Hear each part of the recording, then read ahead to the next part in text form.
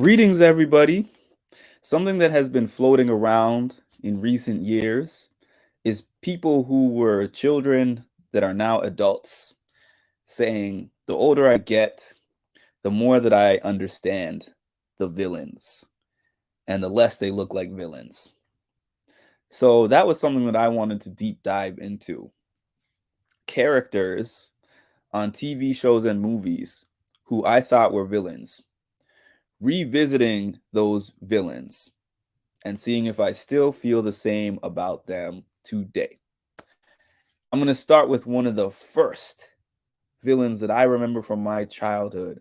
One of the most villainous of villains. I don't know if I made that word up, but one of the most villainous of villains that I've ever known to this day. To this day. The first person on a TV show or a movie that I just hated, that gave me all these different emotions, anger, heartbreak, all these different things going on. And that person is Scar from The Lion King. So let's go through some history here. Scar was the second born son to Ahadi and Uru. He was once named Taka. He was angry because of the fact that he was supposed to be the next in line to take the throne after Mufasa.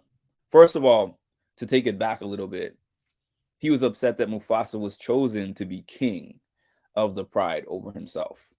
And then he was like, okay, I'm going to get rid of Mufasa and then I'm going to be king. But then Simba comes along and it's like, Simba is now going to be the next in line. And Mufasa... Don't turn your back on me, Scar. Oh no, Mufasa. Perhaps you shouldn't turn your back on me. Is that a challenge? Temper. In line. And Mufasa and Scar, as we learn early on, don't really get along. So I know that Mufasa was happy to have a son to give the pride to when he goes. Simba had this amazing relationship with his dad. They were very close. He taught him all these different things about life, about what it's going to be like after he's gone. There was some foreshadowing in the movie of Mufasa being like, this is going to be yours and you're going to have to be responsible for this. It's going to require this out of you. And I'm always going to be here with you. Scar was emotionally troubled. He was very depressed.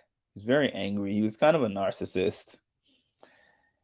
And he had people around him, like a lot of narcissists do, because of what he could do for them, rather than because they like him, they respect him. And the three that were around him the most were his head honchos, or his head hyenas: Shenzi, Benzai, and Ed. So they always had all these different plans to get rid of Mufasa, and they finally conspired together and figured something out. And that was to get the antelopes and all the animals. They were going to cause this ruckus and then have Simba down there needing to be rescued. And then they wanted both Simba and Mufasa to die, actually. But what happened was it was just Mufasa who died. So technically, if Simba stuck around, Simba would have been king. So Scar told the hyenas to kill Simba. Is dead.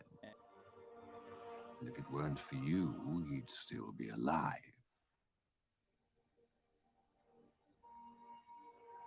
Oh, what will your mother think? What am I gonna do? Run away, Simba. Run. Run away and never return.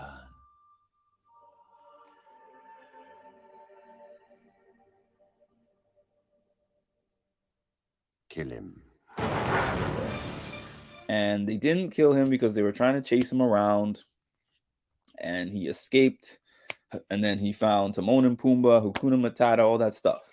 But it's not about that story, because we have the Lion King 1, 2, 3, I think, and The Lion King 1.5 that addresses all that stuff.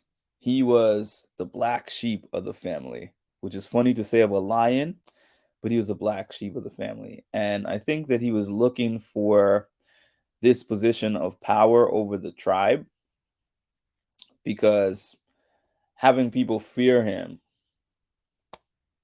would make him fulfill some kind of emptiness that he feels because nobody was around him out of love and nobody was around him out of respect. Nobody was around him because they trusted him. They didn't even really seem to like him. It was just like, it benefits us to have you around. So the thing with him is that even if he had become king, and he did actually become king in the movie when Simba ran away, we saw the life that he was living and the pride was living when he was in charge. He didn't know the first thing about running them. They were running out of food. The pride lands were dry and barren. He was lazy. Everybody was just sad, depressed, and dying out. So even though he got what he wanted all this time, he was losing the little respect that he had in the first place. And it didn't really look like he was happy. It was just more like, I want everyone else to share in my misery, which they were. Then Simba ends up coming back after his long journey. Simba had manipulated him into thinking that he killed Mufasa and had him tell everybody that he killed Mufasa. Then he admitted when they were having their big fight on Pride Rock that he's actually the one who set that whole thing up. He killed Mufasa and he threw him off the ledge.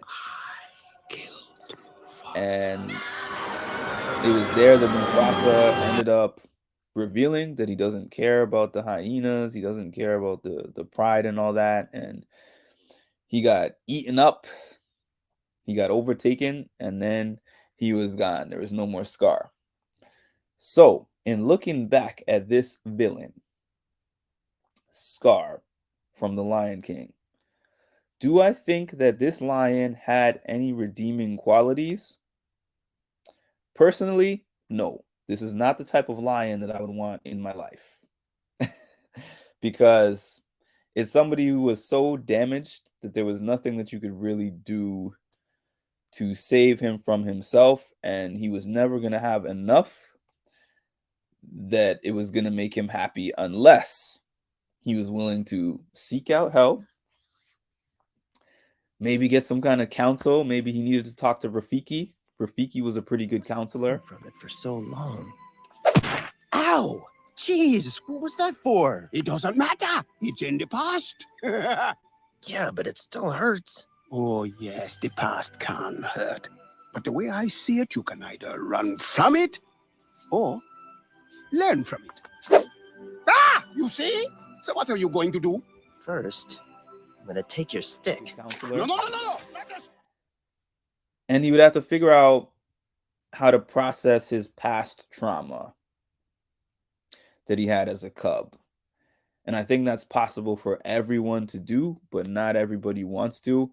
And I think he was too deep in the dark side to even get there. So in looking back as a 35-year-old at this character that I hated when I was 6, do I still feel the same way? Do I feel differently? The answer is I still feel the same way. Scar is not a good villain. He's a great villain, but he's not a villain that I have changed my mind about. And this is the first of this series. Drop a comment and let me know what you think, and give me some suggestions on other villains that you want me to review.